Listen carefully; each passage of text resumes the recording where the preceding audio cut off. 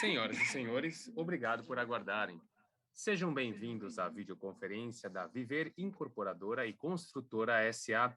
para a discussão dos resultados referentes ao quarto trimestre de 2021 e ano de 2021. Informamos que todos os participantes estarão apenas ouvindo a videoconferência durante a apresentação da companhia. E em seguida iniciaremos a sessão de perguntas e respostas quando maiores instruções serão fornecidas. Caso algum dos senhores necessite de assistência durante a videoconferência, queira, por favor, solicitar a ajuda de um operador digitando *0. Antes de prosseguir, gostaríamos de esclarecer que eventuais declarações que possam ser feitas durante essa videoconferência relativas às perspectivas de negócios da companhia, projeções e metas operacionais e financeiras, constituem-se em crenças e premissas da diretoria da Viver Incorporadora e Construtora, bem como em informações atualmente disponíveis para a companhia. Considerações futuras não são garantias de desempenho, envolvem riscos, incertezas e premissas, pois se referem a eventos futuros e, portanto, dependem de circunstâncias que podem ou não ocorrer.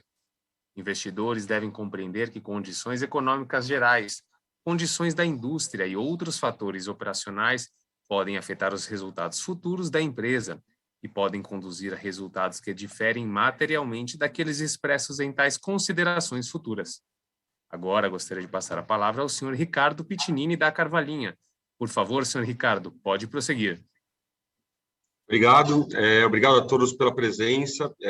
A gente tem orgulho aqui de apresentar os resultados do quarto trimestre de 2021 e, na verdade, basicamente, falar sobre 2021, que foi um ano muito importante para a companhia, né? A gente, de fato, deu um passo além, encerrou um ciclo de reestruturação e o encerramento não foi simplesmente processual, né, digamos assim, ou só jurídico. Ele, de fato, ele veio todo com uma reestruturação de equipe, de pessoas, limpeza de balanço e mesmo as dívidas extraconcursais que não estavam no RJ, a gente acabou resolvendo. E o segundo ponto é o início de um novo ciclo, né, com uma nova estratégia, com duas companhias aqui, com duas unidades de negócio aqui claras, que a gente vem focando tanto nas obras de stressed, brownfield, que a gente chama, como também nas obras greenfield. Tá? Então, passando aqui pelos destaques, basicamente, a gente, né, reforça que teve a certificação do trânsito e julgado do encerramento da recuperação judicial, foi julgado em segunda instância, não houve recurso, então a gente teve o trânsito e julgado.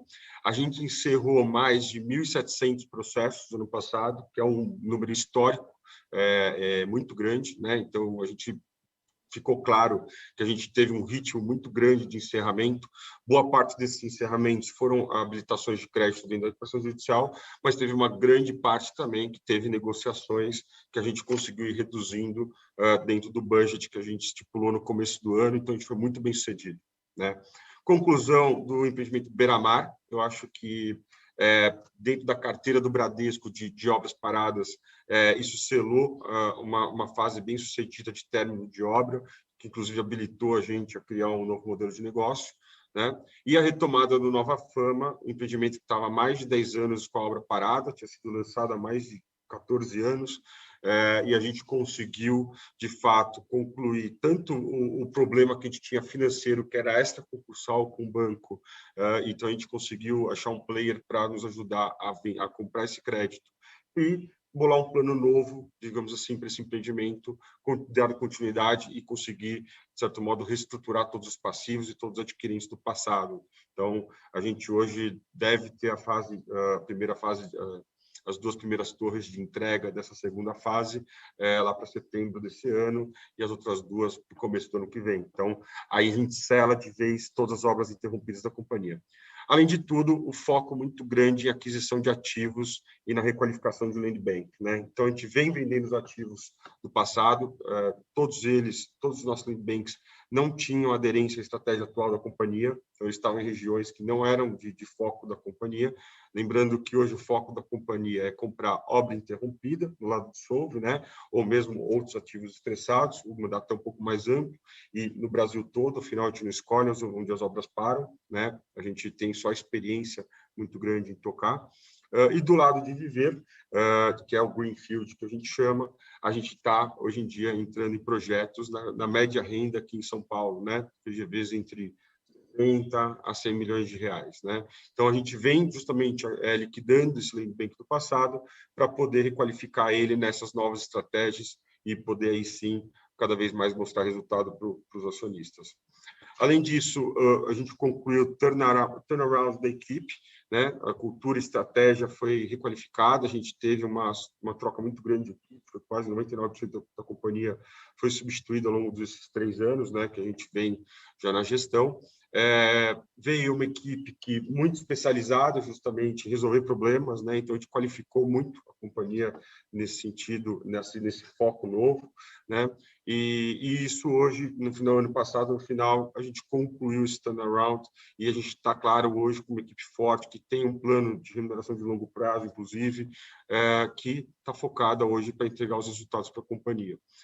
Reduzimos o prejuízo acumulado em 68%, acho que é importante falar.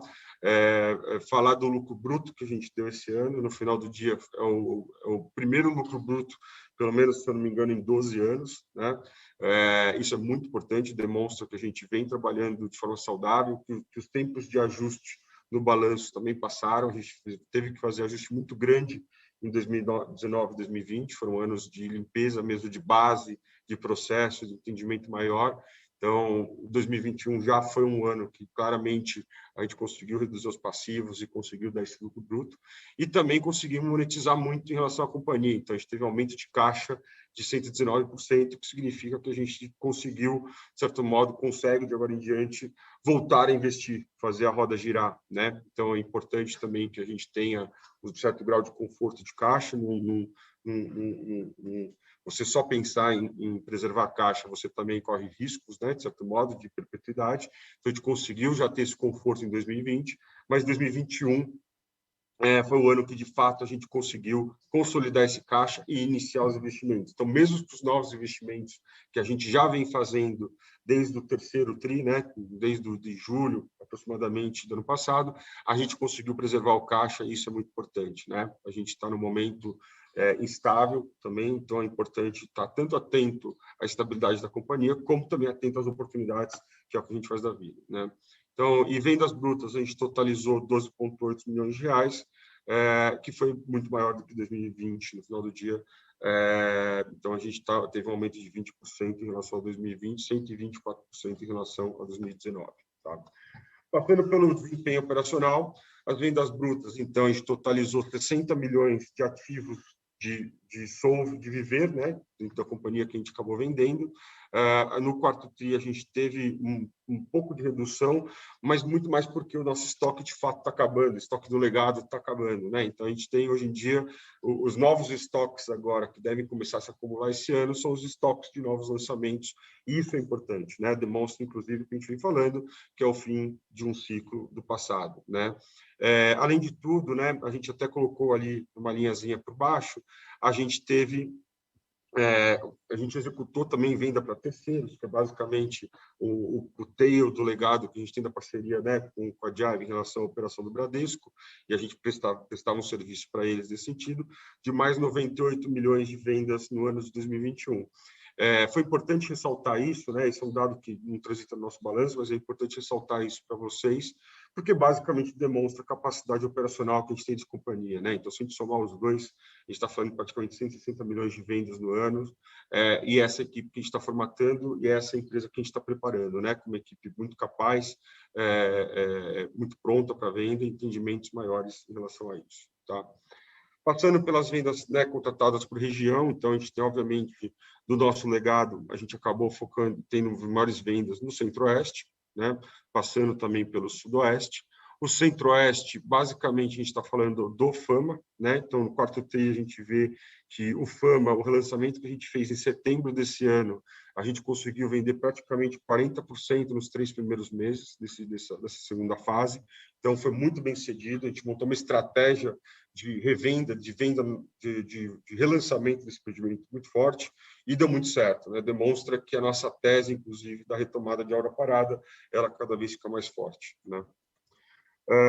Em relação ao segmento, basicamente, o segmento econômico, também muito puxado pelo FAMA, tanto no ano quanto no quarto trimestre. Hoje, o nosso estoque a valor de mercado é 75 milhões de reais, né? São 429 unidades. Boa parte dela, né, que a gente chama em construção, é o do FAMA. O do estoque pronto, basicamente, é a liquidação dos estoques do passado, que a gente vem cada vez diminuindo mais esse montante, né? Então, se a gente pensar que o legado no ano passado era 100%, agora já estamos muito menos do que isso, a gente vem, de fato, liquidando o legado, e o estoque é um tail, muito mais um tail do que de fato, o grosso do nosso produto atual.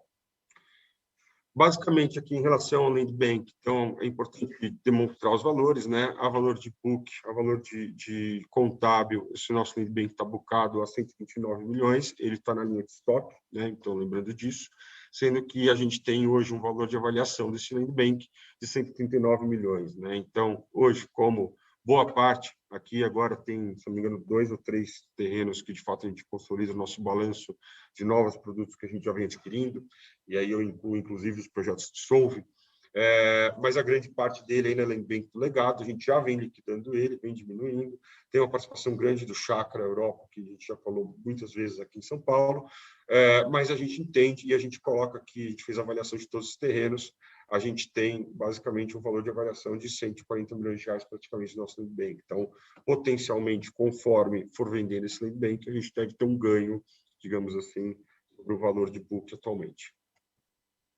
Aqui, falando um pouco do Nova Fama, a gente já comentou um pouco, né? A gente relançou o Nova Fama em setembro do ano passado, a gente vendeu 33%, na verdade, 40 e poucos por cento que a gente tem, aliás, quase 50% que a gente tem vendido no período de hoje.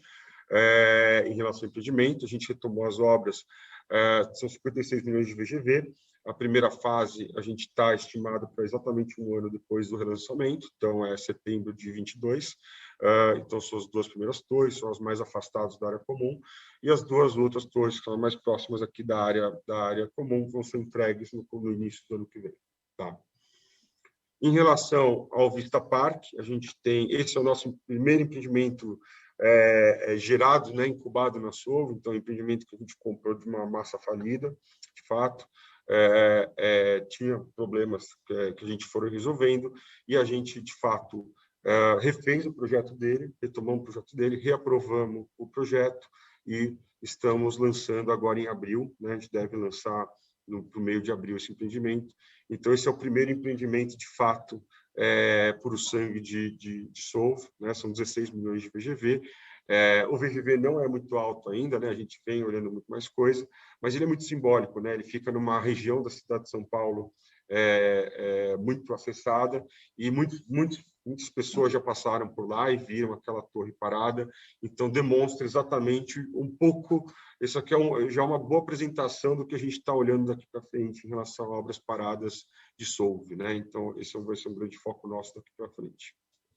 Em relação aos projetos de viver, né, que a gente já tem adquirido, obviamente, a gente vem focando muito em buscar ativos da Solve, obras interrompidas para a Solve, mas a gente também não tirou o pé da estratégia de viver, é o que a gente falou. Então, a gente já tem um empreendimento lançado na Solve, foi lançado em fevereiro desse ano, a gente tem 10% de participação nesse projeto, também buscamos uma parceria com o pessoal da Rev3, que é um pessoal muito parceiro nosso. Então, o La Vista Jardim Avelino, o Criciúmal e o Herval devem ser lançados esse ano também, a gente tem 25% de participação nesses outros dois, é uma participação um pouco maior. E o Paulistânia é um projeto que já é 100% nosso, e esse sim, uma realização do parceiro nosso que trouxe o terreno com a gente junto, foi o pessoal da Vil. E esse daqui, sim, é 100% nosso. A gente pretende lançar mais para o final do ano, estamos ainda em desenvolvimento de produto. Uma estratégia muito parecida, acho que é bem a cara nossa mesmo, esse empreendimento, ele fica perto do metrô, múltiplos altos de construção, então a gente consegue ter um multiplicador de terreno muito alto para poder ter uma área vendável maior. Então, é um produtinho que é bem a nossa cara mesmo, tá? Falando um pouco do desempenho econômico-financeiro, basicamente, de receita líquida, a gente teve uma diminuição maior no quarto TRI, muito, né, voltada porque os nossos estoques estão cada vez mais acabando, né, tipo, teve também uma onda de extrato forte, mas principalmente porque os nossos estoques foram acabando, mas ano contra ano a gente teve um aumento significativo, né, então isso também reflete que o relançamento do Fama, que a gente teve no terceiro TRI, a gente teve também muitas das vezes legados, então muitas das liberações legados, os pedimentos também que estavam interrompidos com problemas de dívidas extraconcursais, a gente foi resolvendo essas dívidas extraconcursais, então a gente conseguiu ter um aumento forte aí de receita operacional líquida ano contra ano. Basicamente, aqui falando do resultado do período, eu acho que é bem importante reforçar justamente o lucro bruto que a gente teve no período. A gente conseguiu reverter cenário de prejuízo dos últimos anos, né? Na verdade, os últimos 12 anos, se não me engano, é o que dá o prejuízo bruto da companhia, as ondas de extrato, etc. Então, o lucro bruto, ele demonstra o caminho certo que a gente vem fazendo. Na parte de despesas, né? Despesas operacionais e administrativas, a gente teve uma alta muito forte, mas basicamente em relação às despesas gerais administrativas, e muito voltado por causa do stock plan que a gente aprovou em 2020, né? Então, esse stock plan ele foi vestido, né? Tipo, iniciado o ano passado, tipo, em julho do ano passado, e a gente foi apropriando iniciou o provisionamento desses valores dentro do nosso balanço para a gente poder justamente contemplar os vários parceiros nossos aqui dentro de casa que estão contemplados nesse plano também. Então, basicamente foi esse o grande aumento. A gente teve também um pouco de aumento de G&A, sim, um pouco voltado para a inflação, mas também porque a equipe vem crescendo, né? Principalmente pela criação de áreas de novos negócios que a gente vem criando, justamente para a gente fazer a volta a rodar, a girar, tá? Mas a gente continua com uma equipe muito enxuta e preparada para o crescimento, certo? Então, basicamente é isso. A gente, no final do dia, continuou ainda dando prejuízo líquido, né? Eu acho que teve muitos desses efeitos no ano. Conforme vier os novos lançamentos, provavelmente a gente vai buscar cada vez mais dar o lucro líquido, inclusive, né? Não só ficar no lucro bruto, né? Tipo, a gente quer dar um lucro líquido positivo também nos próximos anos. Então, esse é o nosso foco. Reduzimos muito as despesas financeiras, né? Então, dá para ver aqui, né? A gente basicamente zerou. A gente hoje, de fato, tem uma dívida que não seja concursal, né? Que é uma dívida nova, que tomou de financiamento de obra para o empreendimento do Fama, e todas as outras são concursais, né? Então, esses, de fato, vão ser convertidas no plano conforme elas forem, digamos assim, virando líquidas. E ponto que eu também passei aqui desapercebido, a gente também, em outras despesas, receitas operacionais, a gente reduziu muito. Então, a gente sabe que 2019 e 2020 a gente teve que provisionar muito contencioso. Isso aí foi fruto de uma limpeza de base muito forte que a gente fez nos últimos 2 anos. E nesse ano a gente vê que isso estabilizou. Então, isso significa que o trabalho já foi bem feito, já limpamos boa parte da base. Então, a gente consegue hoje ter uma visibilidade maior e mais clara dos riscos e passivos judiciais da companhia, tá? Indo para o próximo slide, né? Então, dos processos judiciais, conforme a gente estava falando aqui, a gente tem hoje um controle muito forte, a gente tem um foco muito grande de redução desses processos e toda estratégia traçada em cima de cada vez reduzir mais em cima desses montantes, tá? Então, aqui é um pouco da divisão que a gente monta as estratégias, e aqui é o gráfico de redução do ano passado, né? Então, a gente conseguiu reduzir incríveis 1.700 processos, uma coisa que é um montante que a gente considera muito alto. Se a gente for ver historicamente, diria que até 2018, 2019, só entravam processos novos ou estava estável. 2020, 2019 a gente começou a arrumar, e, na verdade, a gente fez um trabalho de base muito forte, de reduzir um pouco os processos. 2021 a gente começou a baixar, a gente reduziu algo em torno de 1.300 processos, e 2021 a gente conseguiu de fato chegar no número incrível de 1.700 processos, 1.770 processos reduzidos, e a gente continua nesse foco. Obviamente, agora que a gente vai limpando cada vez mais a base acaba também ficando mais difícil de trabalhar, então a gente também deve diminuir também esse ritmo, tá? Em relação ao balanço patrimonial, aqui o que a gente demonstra, né, a gente teve um reforço de caixa muito grande para justamente suportar a nossa estratégia de crescimento, de voltar a crescer e comprar ativos. Então, a gente vem hoje comprando, adquirindo esses ativos, e não agredindo tanto o caixa. A gente está tentando vender os ativos do legado para poder requalificar eles e poder voltar a lançar. E falando aqui um pouco de dívida, né? Então, aqui nas dívidas, basicamente, hoje, a gente tem o FGTS em dívida de SFH e projeto, que essa dívida de 210 milhões do FGTS é a discussão de conversibilidade que a gente tem com eles, né? E a segunda dívida que a gente acabou tendo, que foi maior, que é um pouco menor, que é uma dívida de 15 milhões que a gente tomou justamente de obra do Fama, como a gente tinha comentado.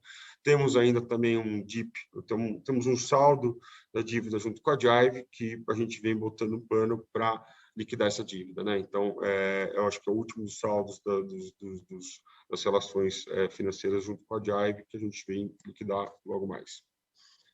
Falando aqui um pouco do balanço, né? Tipo, dando uma sintetizada no balanço aqui, eu fiz questão de trazer esse slide para a gente justamente ter um pouco de visibilidade mais clara do que é o passivo real e o que dele está sujeito a RJ, o que não está sujeito a RJ, né? Lembrando que todos esses passivos sujeitos a RJ, que a gente coloca aqui em amarelinho, é porque esses créditos, hora ou outra, vão ser convertidos conforme o plano da recuperação judicial, isso é a 1980, né? Então, na parte das debêntures, né, que a gente coloca consolidado, que está fora da RJ, são os 15 milhões que a gente comentou agora, que são as dívidas que a gente tem com o plano, né, com o financiamento de obra do Fama, e os 210 é do FGTS, né?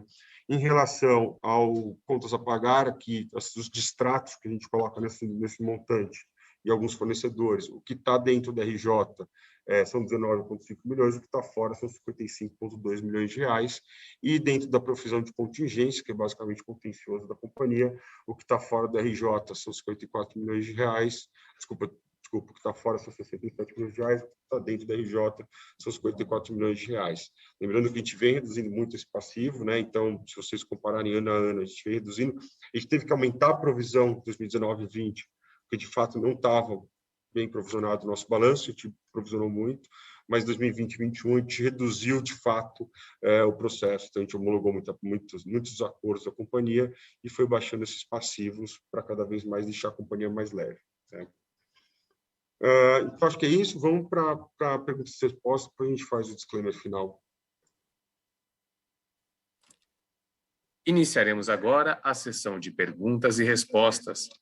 Para fazer uma pergunta via telefone, por favor, digitem *1. E para retirar a pergunta da lista, digitem *2. Perguntas também poderão ser realizadas através do chat.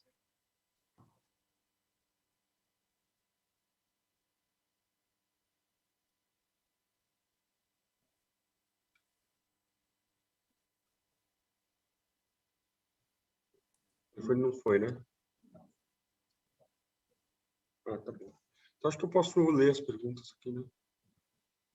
Posso ler?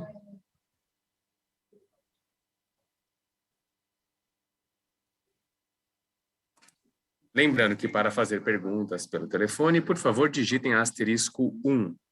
Perguntas via chat poderão ser realizadas via sistema de videoconferência a qualquer momento.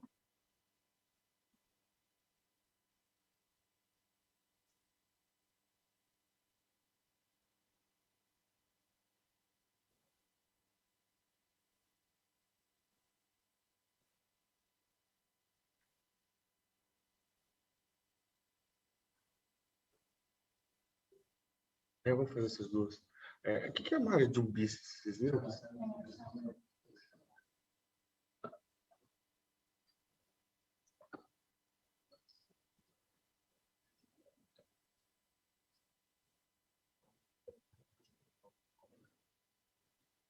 Tá, vou fazer então aqui, tá?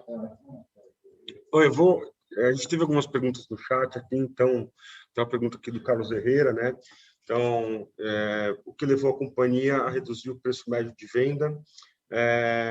Perguntando um pouco sobre essa venda do estoque, né? Eu acho que a gente divulgou no release, de fato, se a gente olhar o ticket médio de venda, ele foi reduzido, mas ele foi muito mais reduzido porque mudou o mix de produto que a gente está vendendo do que, de fato, uma redução no nosso preço. Eu acho que os nossos preços, a gente vem ganhando margem nas vendas que a gente vem fazendo, tá? A gente vem até ganhando preço nos valores de vendas dos nossos imóveis, inclusive, então, desde o Pátio do Legado até o Nova Fama, mas é que o Nova Fama, ele, de fato, é um ticket muito mais baixo do que a carteira do legado tinha antes. Então, acho que basicamente é essa falsa impressão que deu que a gente está reduzindo o preço, mas na verdade não, é o tipo de produto que a gente vem reduzindo, né? E ele perguntou um pouco mais sobre a Solve, né? Para a gente falar um pouco mais sobre a Solve, sobre as margens da Solve e por aí vai, né? Também sobre o empreendimento do Ibirapuera. Eu acho que é legal falar um pouco sobre a Solve mesmo.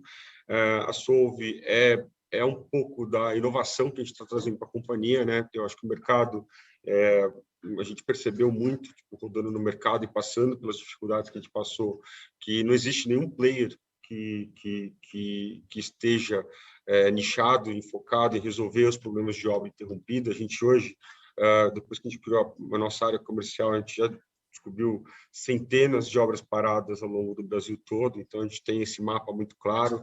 Estamos já atuando em algumas, já estamos fazendo proposta em algumas para aquisição, e a gente percebe que hoje em dia, e é um skill muito específico, né? Precisa entender, além do corporação comum, você precisa entender de problemas técnicos, como resolver isso na prefeitura, você tem que entender de patrimônio de afetação, você tem que entender muito de credor e, principalmente, do passivo contencioso e ter um conhecimento e entendimento de como que você monta um plano de negociação com adquirentes para poder justamente desestressar aquele ativo e botar um plano de continuidade para ele, né? Então, a gente confia muito nesse modelo de negócio, a gente acredita que esse modelo de negócio vai ser o nosso core business daqui para frente. E acho que é um pouco disso, né? Eu acho que com o tempo, né, a gente fez muito isso dentro de casa, arrumando o nosso legado, e agora a gente está começando a trazer, digamos assim, ativos novos, né, de Solve, e com o tempo esses ativos todos vão acabar surtindo fruto e vocês vão ver cada vez mais resultados. A gente tem, de fato, um ciclo menor e margens maiores que a gente acredita para Solve, mas eu acho que com o tempo a gente vai demonstrando isso operacionalmente, inclusive, tá?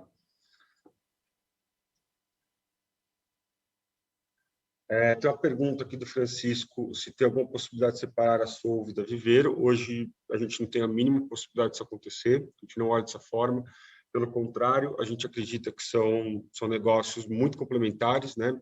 Se a gente entende que a Viveiro, que a Greenfield, anda muito bem no movimento mais cíclico, a Solve anda muito bem no anticíclico, né? Então, as oportunidades aparecem mais quando justamente existe um low do mercado e eles acontecem. A gente sabe que o país é um país muito volátil, né? E essa volatilidade, no final do dia, acaba tendo a Solve como um player que trabalha meio que sozinho nesses pontos de obras estressadas. E a Viver, por outro lado, é uma empresa que trabalha no movimento mais cíclico.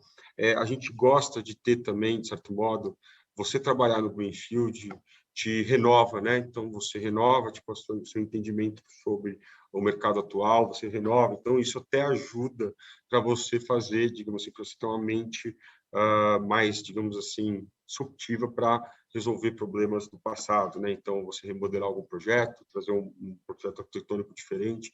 Então, acho que as coisas, elas andam muito bem juntas. Obviamente, a gente tem a segregação da operação, né, tipo do dia a dia, da decisão de negócio das duas companhias.